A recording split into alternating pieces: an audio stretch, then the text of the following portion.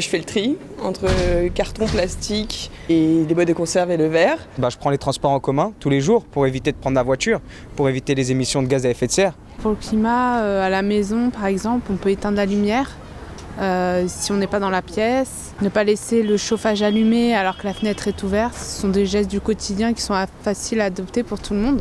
Déjà, je n'achète plus aucun produit ménager. Je fabrique tout moi-même avec des produits naturels comme le vinaigre blanc et le bicarbonate de soude. J'achète mes légumes à la ferme qui est pas très loin de chez moi. Moi j'ai 6 enfants et je sais que j'ai un gros impact carbone sur la société.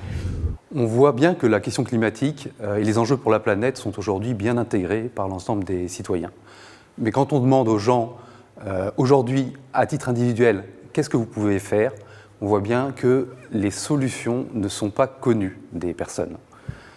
Or, la première de ces solutions, bien sûr, c'est la question de la sobriété énergétique. Donc, comment je fais pour consommer moins dans mon logement, dans ma mobilité, dans mes usages.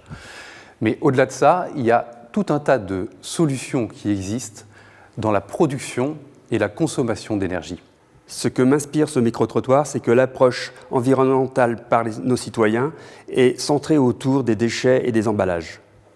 Or, l'autoconsommation d'un point de vue énergétique fait également partie de l'environnement dans sa captation de l'énergie primaire. On voit bien qu'avec ces interviews, la population et notamment les jeunes sont sensibilisés notamment à travers le tri sélectif dans leur quotidien. Par contre, ce que l'on constate, c'est que lorsqu'on aborde un sujet un peu plus technique, qui est l'autoconsommation, là, on a des gens qui, pour certains, l'ont déjà entendu parler, mais pour d'autres, ne voient pas ce que c'est. C'est vrai que c'est une source de production d'énergie qui est encore assez nouvelle. Non, ça me dit pas. Enfin, j'ai l'impression d'en avoir déjà entendu parler, mais ça me dit rien comme ça. On chauffe avec la chaleur du sol. Je crois que ça, c'est de l'autoconsommation peut-être. Oui, ça m'inspire dans le sens où c'est recycler l'énergie. Après, je sais pas comment on peut faire ça. Auto, donc c'est soi-même, produire son énergie à la limite. C'est ça. Oui, ça me dit quelque chose, oui, mais comment le faire? Donc si j'ai une maison individuelle, je peux. Lorsque vous êtes dans un immeuble où vous dépendez, disons, de la collectivité, c'est plus compliqué, quoi, en fait. L'autoconsommation par rapport peut-être à l'énergie solaire ou l'énergie dans le sol.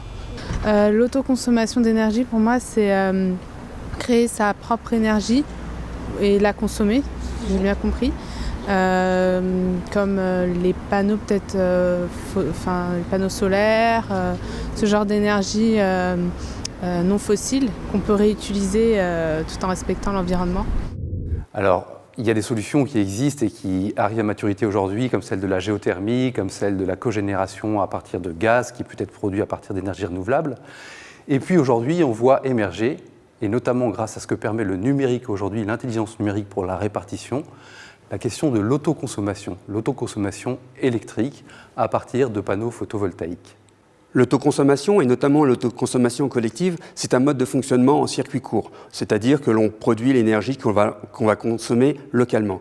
Et la consommation de cette énergie peut avoir plusieurs usages. Elle peut être effectivement sur de l'habitation, elle peut être également sur du commerce, mais elle peut être également sur de la mobilité électrique. Cela peut être par exemple un projet d'écoquartier dans lequel la collectivité va garantir que l'électricité produite est consommée directement par les habitants. Ça peut être également dans un projet d'ombrières photovoltaïques qui vont alimenter en électricité propre des véhicules électriques. L'autoconsommation est amenée à se développer, mais ça vient rentrer dans un mix énergétique global parce que malheureusement, à travers l'autoconsommation, on ne pourra pas couvrir tous les usages électriques. Et il faut bien avoir en tête que c'est un des paramètres qui va pouvoir jouer sur la transition énergétique. Je pense que c'est une bonne initiative et qu'on devrait plus se mettre en application, mais c'est un peu compliqué au vu des mentalités de mettre ça en place, je trouve. Je trouve que c'est une bonne solution pour moins consommer. Voilà. Après, je ne suis pas fan de l'aspect esthétique, mais bon, si ça permet de moins consommer, tant mieux. C'est très bien. Après, c'est un investissement qui est cher au début, donc c'est pas forcément faisable. Si on construit une maison, c'est pas la première chose qu'on pourrait faire parce que c'est encore un investissement qui est assez gros. Mais c'est une très bonne idée dans le principe, mais il faudrait avoir des subventions, des choses comme ça qui pouvaient pousser à ça en fait. C'est a priori une bonne solution. Après, il faut utiliser des batteries. Là, à ce niveau-là, c'est plus compliqué parce qu'après, il faut les recycler. C'est aussi pour les fabriquer. Donc, c'est pas forcément une énergie complètement verte. Moi, c'est quelque chose que j'aimerais faire. Moi, j'aimerais bien... alors, je sais que l'autonomie énergétique, c'est compliqué. Il y a quelques personnes qui témoignent dans des reportages et c'est pas... Voilà, on sent bien que c'est pas simple. Mais moi, j'aimerais bien arriver, ne serait-ce que pour me chauffer. Voilà, dire, j'ai suffisamment de panneaux pour me chauffer.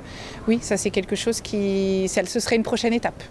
Après, je connais pas les prix, je sais pas comment ça fonctionne. Faut faire des devis, il faut... Voilà. C'est une très bonne initiative. Moi, je suis vraiment éco-friendly, du coup, j'adhère ce type d'action. Vraiment à développer dans les villes, peut-être à plus promouvoir. On en parle de plus en plus depuis un certain moment. Et donc continuer de développer ces bons projets pour l'avenir et pour la planète. Étant fortement engagés auprès des collectivités locales dans la rénovation urbaine et de nos territoires, tous nos projets aujourd'hui intègrent un volet production et consommation d'énergie. Il n'y a pas une unique méthode d'implication citoyenne. Chacun peut bien sûr agir individuellement à l'échelle de son logement. Mais on peut aussi s'inscrire dans des démarches collectives, par exemple en mettant en place une démarche de financement participatif qui permettra, pour un projet porté par un acteur privé ou pour une collectivité publique, que chacun soit contributeur au changement de paradigme, au changement de modèle énergétique sur son territoire. Mais on s'aperçoit qu'il y a encore tout un effort de pédagogie à faire, même si sur le principe, on s'aperçoit que les gens sont d'accord. Certes, a été soulevé un aspect financier.